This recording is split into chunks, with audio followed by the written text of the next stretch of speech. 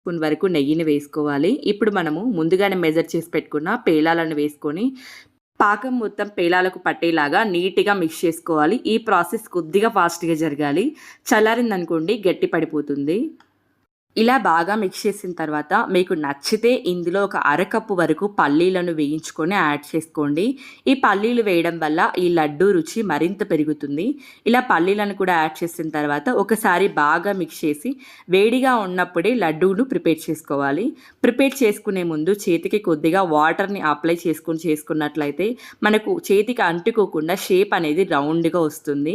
Size అనేది పూర్తిగా మీ optional అండి. నేను చూపిస్తున్నది చాలా చిన్న సైజు. అదే మా రాయలసీమలో అయితే ఇంకా కొంచెం పెద్ద సైజ్ చేస్తారు. సో, నేను చేసిన సైజుకి ఇంకా డబల్ ఉంటుందన్నమాట.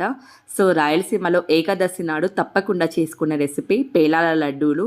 సో, లడ్డు చాలా సింపుల్‌గా ఎలా చేయాలో చూసేసారు కదా! ఇప్పుడు మనము పేలాల పిండిని